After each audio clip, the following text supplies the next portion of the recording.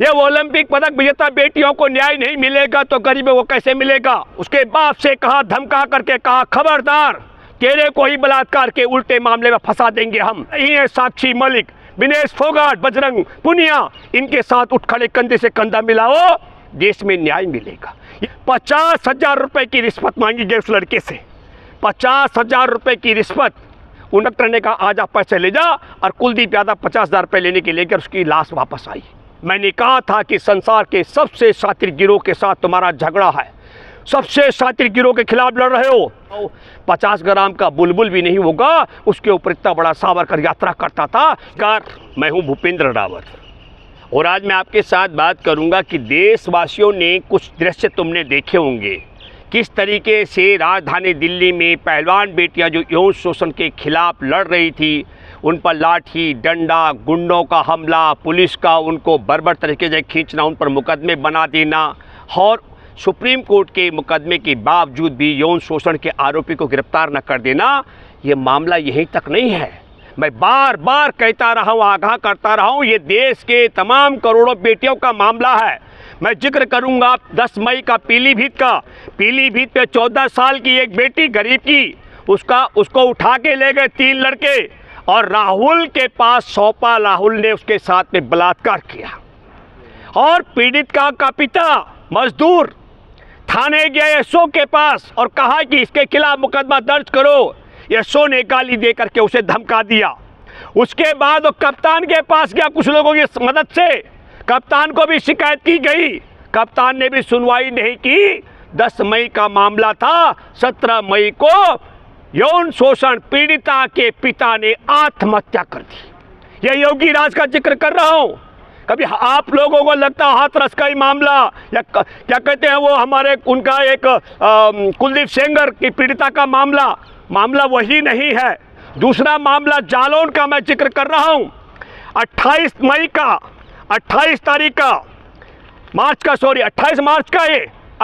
मार्च को एक लड़की के साथ में बलात्कार हुआ, और जब उस लड़की के मासिक धर्म आना बंद हो गया तो जांच कराई गई, और जांच में निकला कि वह गर्भवती है। उसका पिता और छोटे भाई पंजाब में गोलगप्पे का काम कर रहे। मैंने क्या कहा था, बार बार आगाह किया देशवासियों, ये ओलंपिक पदक विजेता बेटियों को न्याय नहीं मिलेगा तो गरीबों को कैसे मिलेगा। वो गोलगप्पे बेचने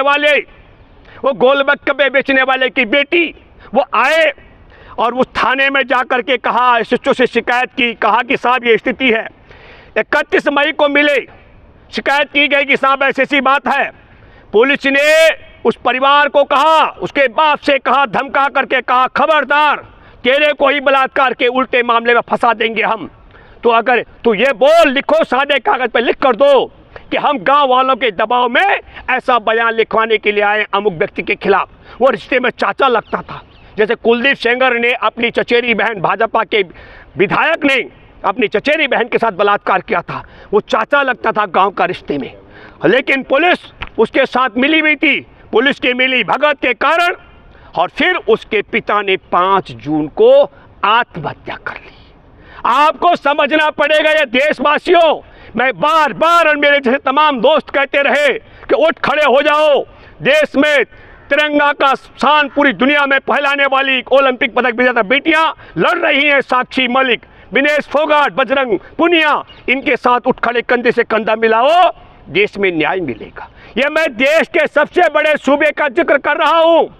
ये तब की बात है जब आंदोलन बेटियों ने शुरू कर दिया था, 18 जनवरी से। उसके बाद का ये जिक्र मैं आपको कह रहा हूं। तीसरी घटना है सीतापुर के तंबौर गांव की।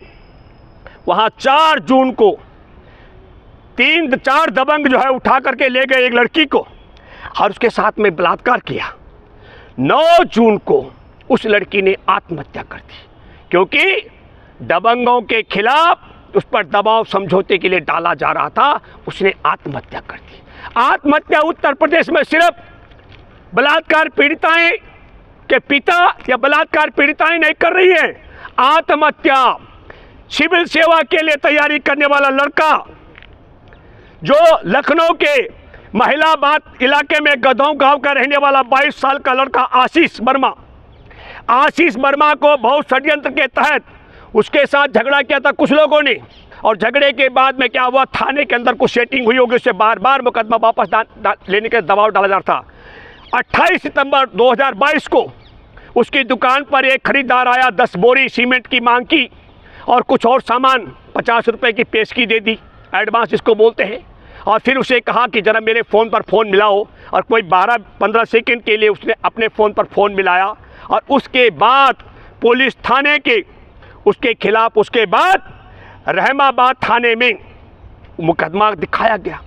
और मुकदमा दिखाने वाले राजमणि पाल, लल्लन प्रसाद और मोहित शर्मा, ये 3 पुलिसकर्मी, 50,000 रुपये की रिश्वत मांगी गई उस लड़के से।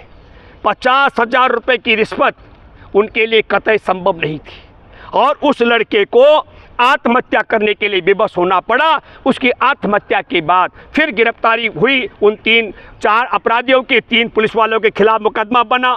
जो पहली लड़की पीलीभीत में जिसके पिता ने आत्महत्या की, आत्महत्या के बाद 3 लोगों को गिरफ्तार किया गया। जो दूसरी आत्महत्या हुई उसके बाद फिर गिरफ्तारी हुई, और इसमें भी गिरफ्तारी तब हुई है, मैं ये बात कहना चाहता हूँ कि वसूली के नाम पर मैंने पहले भी एक कुलदीप यादव, उसका ट्रक जब्त किया गया था।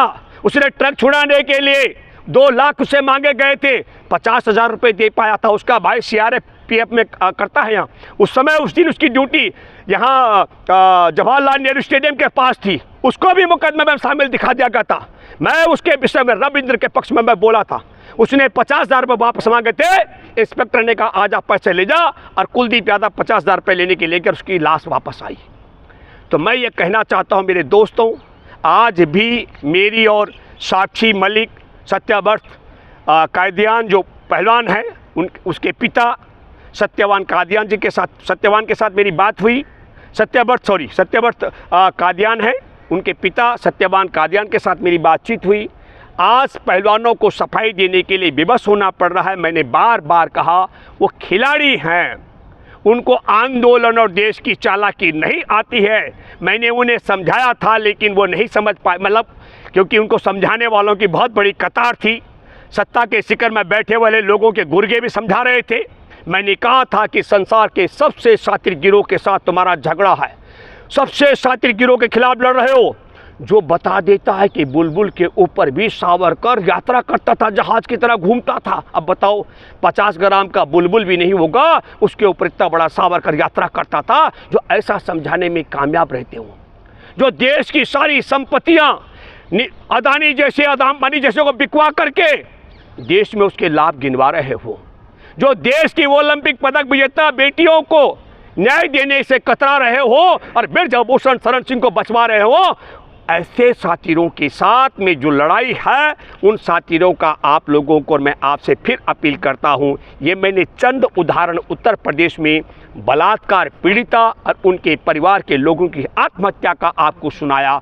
अगर मैं पूरे देश के आंकड़े ऐसे इकट्ठे कर दूं भाजपा शासित राज्यों से, तो मैं 10 दिन तक लगातार भी अगर बोलता रहूं तो तब भी वह सूची पूरी नहीं हो सकती है। और आपके सामने आपको गांठ बांधनी चाहिए।